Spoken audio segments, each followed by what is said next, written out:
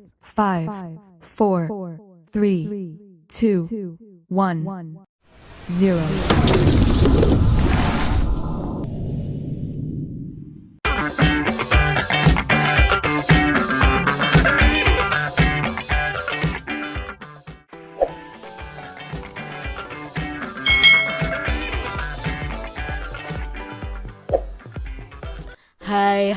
Hai, selamat datang di channel YouTube Kak Citra.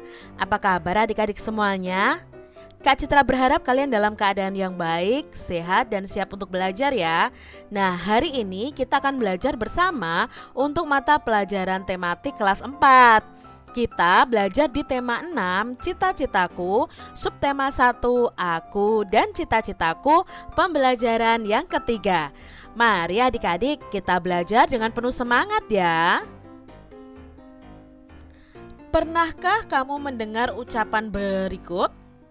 Gantungkan cita-citamu setinggi langit. Nah, kalimat itu mengajak kita agar berusaha sekuat tenaga mencapai cita-cita kita. Artinya kita harus selalu bersemangat dan tidak mudah menyerah dalam meraih cita-cita kita adik-adik. Benny berjalan beriringan dengan Made. Made tertarik dengan sebuah gulungan koran anak yang dibawa oleh Benny. "Apa yang kamu bawa, Ben?" tanya Made. "Aku ingin menunjukkan sebuah artikel di koran ini kepada Bu Benny," sambil tersenyum. "Artikel tentang apakah itu, Ben? Aku jadi penasaran," kata Made tidak sabar. "Ini tentang seorang pemuda yang berani kawan. Walaupun masih muda, ia telah menjadi peternak dan pengusaha yang hebat," kata Benny bangga. "Wah, hebat. Bolehkah aku membacanya sekarang?" pinta Made tidak sabar. "Hanya untuk kawanku. Kau boleh membacanya sekarang sebelum aku memberikannya kepada Bu Guru," jawab Benny sambil mengulurkan gulungan koran anak tersebut kepada Benny. Nah, yuk kita baca yuk isi dari koran tersebut. Isi dari koran tersebut berjudul "Peternak Muda dari Malang." Menjadi pengusaha di usia muda mungkin bukan tujuannya. Ia hanya ingin membangun usaha sendiri, usaha mandiri sesuai kuliah. Seorang pemuda bernama Triyono merintis usaha peternakan bebek potong sejak tahun 2006 dengan modal seadanya. Berbekal ilmu peternakan yang didapatnya dari tempat ia belajar di Universitas 11 Maret, ia memulai usahanya. Usaha peternakan bebek potong ia kembangkan hingga pada tahun 2007. Ia mendapat inspirasi baru. Nah, ketika melihat hewan-hewan kurban, ia berpikir untuk memulai membangun sebuah peternakan sendiri. Untuk mendapatkan dana, ia membentuk sebuah kelompok bersama dan mengumpulkan dana dari teman-teman semasa kuliah. Setahun kemudian, Triyono berhasil memiliki sebuah lahan. Meski lahan itu tak terlalu besar, ia dapat membangun beberapa kandang untuk mulai beternak dan sapi ya di sini ya peternaknya. Nah, setelah usahanya berjalan, setahun kemudian ia mengembangkan usahanya lagi untuk peternakan dan pemotongan ayam. Usaha Triyono kian membesar. Kini ia telah memiliki usaha ternak ayam, bebek, sapi berikut pemotongannya. Ia pun mengolah limbah peternakannya untuk dijadikan pupuk. Meskipun kini usahanya kian membesar, ia tidak cepat puas. Ia bermimpi bisa memenuhi pasokan daging sapi di Jakarta yang saat ini masih impor dari luar negeri. Bersumber dari www.ekonomi.okezone.com. Nah, adik-adik, ini tadi adalah gulungan koran yang dibaca oleh Benny tentang peternak muda dari Malang yang bernama Triyono. Sangat menginspirasi sekali adik-adik ya. Dari bacaan tersebut, siapakah Triyono adik-adik? Nah, Triyono ini adalah seorang pengusaha muda yang memulai usahanya sejak lulus dari kuliah. Apa saja yang telah dilakukannya untuk menjadi pengusaha adik-adik? Yang telah dilakukan Triyono untuk menjadi pengusaha ini, Triyono memulai usaha dari ternak bebek, kemudian dikembangkan ke ternak kambing, sapi, ayam. Nah, dia dapat modalnya dari mana? Dengan menghimpun dukungan dari teman-teman kuliahnya. Kendala apa sajakah yang dihadapinya? Nah, kendalanya apa? Kendala yang dihadapi Triyono adalah modal dan lahan yang kurang memadai. Namun di sini Triyono tidak patah semangat untuk menjalankan usahanya. Pertanyaan berikutnya, apakah mimpinya Triyono? Nah, dia bermimpi untuk bisa memenuhi pasokan daging sapi di Jakarta yang saat ini masih impor dari luar negeri. Itu mimpi atau cita-citanya Triyono, bisa menjadi pemasok daging sapi di Jakarta. Adik-adik, berternak itu merupakan kegiatan mengembangbiakkan hewan ternak untuk memenuhi kebutuhan manusia. Nah, hewan ternak adalah hewan yang dipelihara manusia untuk memenuhi kebutuhan manusia. Nah, hasil hewan ternak yang dapat dimanfaatkan itu bisa berupa telur, daging, susu, dan kulitnya. Pemanfaatan tersebut tergantung dari jenis ternaknya. Apakah di tempat tinggal kalian itu ada kegiatan beternak adik-adik? Beternak apakah mereka di sekeliling rumahmu? Coba ya kamu amati ya. Nah, adik-adik, di sini Kak Citra punya gambar contoh hewan ternak. Yang pertama ada ayam. Ayam ini dimanfaatkan manusia untuk diambil apanya sih? Nah, dipelihara dan dimanfaatkan manusia untuk bisa menghasilkan telur dan daging. Bahkan bulunya pun bisa dimanfaatkan adik-adik. Jadi bisa dibuat untuk kemoceng dan lain sebagainya. Lalu gambar yang kedua ada sapi. Nah, sapi ini dipelihara dan dimanfaatkan manusia itu untuk menghasilkan susu dan daging. Ada juga petani itu memanfaatkan tenaga dari sapi ini untuk membajak sawah juga ada. Lalu kulitnya pun bisa loh adik-adik dibuat kerupuk. Lalu kulitnya juga bisa dibuat wayang dan lain sebagainya. Gambar berikutnya ada gambar bebek. Nah, bebek ini dimanfaatkan manusia itu untuk diambil telur dan dagingnya juga. Lalu ada kambing. Kambing itu bisa dimanfaatkan ya, karena kambing itu bisa menghasilkan susu. Sekarang ada susu kambing etawa. Lalu kulitnya juga bisa dimanfaatkan, dagingnya juga bisa dimanfaatkan. Hewan-hewan tersebut dipelihara oleh manusia dan dimanfaatkan manusia itu sesuai dengan tujuannya. Para peternak berusaha agar hasil peternakannya itu memiliki kualitas yang baik.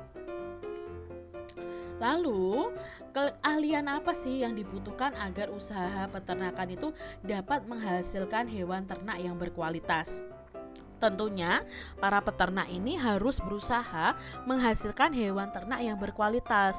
Keahlian apa saja yang dibutuhkan? Nah, di sini keahliannya yang pertama adalah memilih bibit ternak yang berkualitas. Kalau mereka beternak ayam ya cari bibit ayam yang berkualitas ya, cari indukan ayam yang berkualitas. Lalu keahlian dalam perawatan hewan ternak, mereka harus tahu bagaimana cara merawat hewan ternak tersebut. Keahlian dalam penyediaan kandang yang sesuai dengan kebutuhan hewan ternak, itu juga harus diketahui. Keahlian dalam menjaga kebersihan hewan ternak, itu harus diketahui oleh peternak juga adik-adik. Keahlian dalam menyediakan pakan berkualitas bagi hewan ternak, dan keahlian dalam teknik mengembangbiakkan hewan ternak tersebut. Nah, ini adalah keahlian-keahlian yang dibutuhkan oleh para peternak. Selain beternak, kegiatan pertanian merupakan kegiatan yang paling banyak dilakukan oleh masyarakat Indonesia. Nah, sebagai negara agraris, Indonesia ini memiliki lingkungan alam yang mendukung tumbuhnya aneka jenis tanaman pertanian. Kondisi tersebut menghasilkan produk pertanian dengan kualitas yang baik.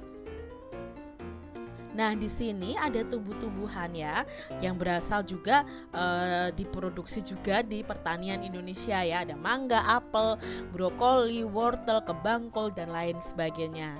Nah, tumbuhan itu dapat tumbuh subur jika dirawat dengan baik adik-adik. Selain perawatan, tumbuhan juga memerlukan lingkungan yang sesuai. Contohnya kalau wortel itu bisa ditanam di tempat yang suhunya dingin ya, udaranya dingin. Nah, menurutmu di lingkungan seperti apakah pohon apel dan mangga itu dapat tumbuh dengan subur? Dan di lingkungan seperti apakah sayuran, brokoli, wortel dan kol itu dapat tumbuh dengan subur? Nah, Kak Citra itu pernah tinggal di daerah pegunungan. Itu biasanya sayuran-sayuran itu ditanam di daerah pegunungan seperti itu adik-adik. Nah, sekarang kita akan belajar tentang peta konsep.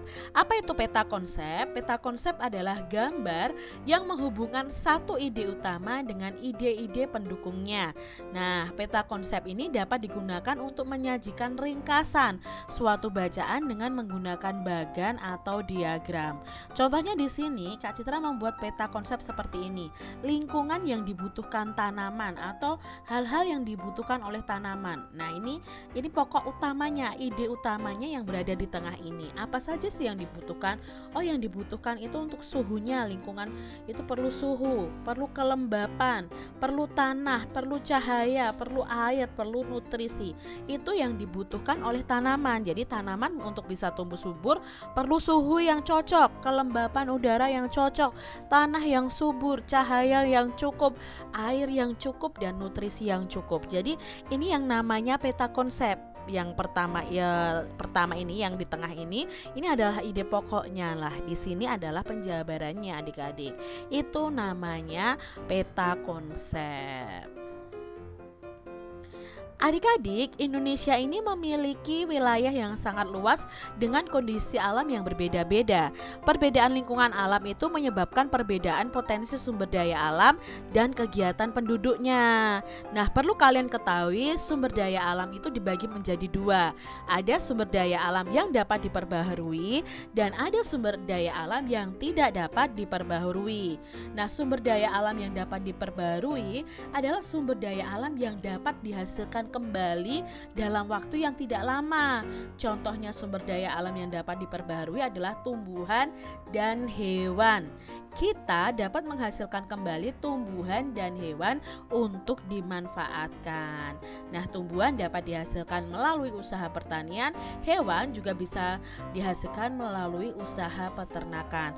Maka karena bisa dihasilkan kembali dalam waktu yang tidak lama, mereka disebut dengan sumber daya alam yang dapat diperbaharui. Nah, adik-adik, kalian bisa membuat kelompok untuk berdiskusi nih. Kalian bisa berkelompok dengan teman-teman kalian di antara lingkungan-lingkungan berikut, termasuk lingkungan apakah daerah tempat tinggalmu, apakah pegunungan atau dataran rendah atau pantai.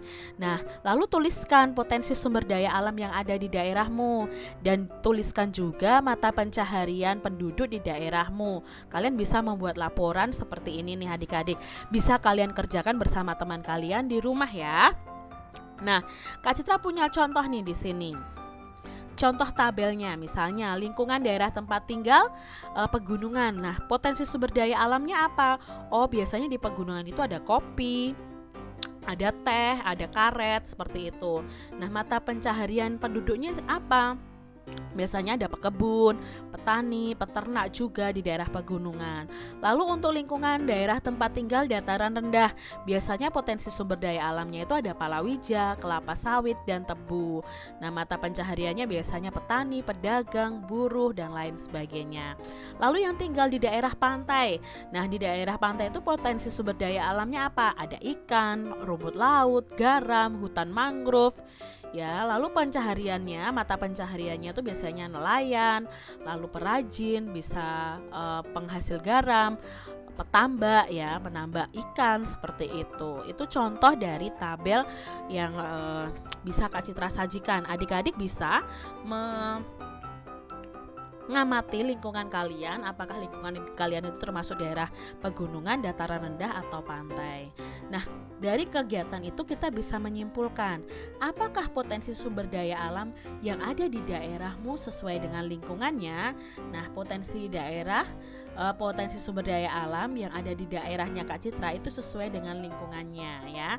Contohnya di sini, apakah mata pencaharian penduduknya itu sesuai dengan lingkungannya? Ya, biasanya akan sesuai adik-adik. Contohnya penduduk yang tinggal di pegunungan kebanyakan akan menjadi petani dan peternak karena tersedianya lahan yang luas dan subur. Sedangkan untuk penduduk yang tinggal di daerah dataran rendah itu bekerja sebagai petani, pedagang, dan buruh karena dataran rendah itu cocok untuk pertanian dan perdagangan. Sedangkan untuk yang tinggal di pantai itu biasanya sebagai nelayan, perajin garam, petambak ya, dan lain sebagainya. Jadi sesuai dengan potensi sumber daya alam dan lingkungan yang ada. Nah, adik-adik, selain itu kalian juga bisa berdiskusi dengan teman kalian dan menulis apa saja cita-cita dari teman-teman kalian dan manfaat dari cita-cita teman kalian tersebut. Jadi kalian tuliskan nih di sini, ada nama siswa, lalu cita-citanya apa dan manfaatnya untuk lingkungan tempat tinggalnya itu apa. Kak Citra akan beri contoh di sini, misalnya, Lani cita-citanya ingin menjadi guru. Manfaatnya apa untuk lingkungan tempat tinggalnya? Ya, meningkatkan mutu pendidikan di lingkungan sekitar. Dayu cita-citanya menjadi penari Bali misalnya. Manfaatnya apa? Melestarikan kebudayaan daerah tempat tinggalnya. Siti cita-citanya ingin menjadi dokter misalnya, seperti itu ya. Memberikan layanan kesehatan masyarakat di sekitarnya dan lain sebagainya. Jadi kalian bisa menuliskan cita-cita dari teman-teman kalian nih. Kalian wawancara teman-teman kalian, apa sih cita-cita mereka, dan tuliskan juga manfaat dari cita-cita mereka untuk lingkungan tempat tinggal. Keragaman sumber daya alam, lingkungan, dan pekerjaan serta cita-cita akan memperkaya masyarakat Indonesia. Kini kamu tahu bahwa keragaman itu membuat hidupmu semakin berwarna. Keindahan keragaman dituangkan dalam puisi berikut ini. Ayo kita simak puisi berikut ini. Nah, ini adalah puisi Hidupku Penuh Warna karya De Caritas. Mari kita baca bersama-sama adik-adik. Bukit-bukit itu membiru dari jauh. Laut itu pun membiru dari jauh. Mereka terlihat sama walaupun berbeda. Keduanya indah, keduanya memesona. Walaupun berbeda, keduanya tak terpisah. Aku, kamu, dan kalian, cita-cita kita mungkin berbeda. Bukan siapa yang berlebihan, tapi kita akan bersama meraihnya. Hidupku penuh warna, seperti pelangi di bawah langit. Berbeda itu indah, yang membuat kita bersyukur pada Ilahi. Itu adalah puisi Hidupku Penuh Warna. Coba ya adik-adik ya, mungkin kalian bisa membacanya lebih baik dari Kak Citra. Nah adik-adik, dalam puisi tadi apa sih judulnya dan siapa pengarangnya? Nah judulnya itu adalah Hidup Penuh Warna dan pengarangnya adalah De Caritas. Lalu pertanyaan berikutnya, apakah yang kamu bayangkan ketika kamu membaca judul puisi tersebut? Apa sih yang kamu bayangkan adik-adik? Nah Kak Citra di sini membayangkan keanekaragaman dalam kehidupan karena hidup penuh warna. Wah berarti ada keanekaragaman nih. Berikutnya, menurutmu apakah isi puisi tersebut? Nah, menurut Kak Citra, isi dari puisi tersebut adalah cita-cita yang beragam itu dapat diraih jika ada kebersamaan. Berapakah jumlah bait dalam puisi tersebut? Nah, jumlah baitnya tadi ada 4 bait ya adik-adik ya, dan setiap baitnya itu ada 4 baris. Begitu. Lalu berapakah jumlah bait dalam puisi tersebut ya? ini bukan bait tapi seharusnya baris ya adik-adik ya. Nah, jumlah barisnya dalam setiap bait puisi tersebut ada 4 baris. Tentukanlah rima setiap bait pada puisi tersebut. Di sini Kak Citra akan memberi contoh tentang rima ya. Ingat, rima adalah huruf vokal di akhir baris adik-adik. Contohnya di sini, bukit-bukit itu membiru dari jauh. Nah, ini berarti rimanya adalah U ya. Laut itu pun membiru dari jauh ya. Ini adalah U juga. Mereka terlihat sama. Nah, ini rimanya adalah A. Walaupun berbeda, rimanya juga A juga. Nah, dalam satu bait ini ada rima yaitu U A ya. Berarti ini namanya adalah rima pasang karena berpasangan ya adik-adik rimanya. Yang kedua, bait kedua, keduanya indah. Ya, A ya. Keduanya memesona. A juga. Walaupun berbeda ya, walaupun berbedanya juga A juga. Keduanya tak terpisah.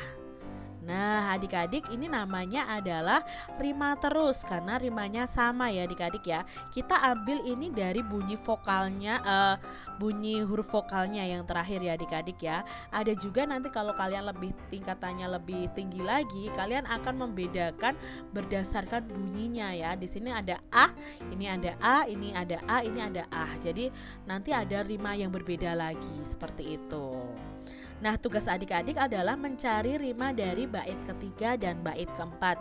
Bisa kalian tuliskan di buku tulis kalian masing-masing.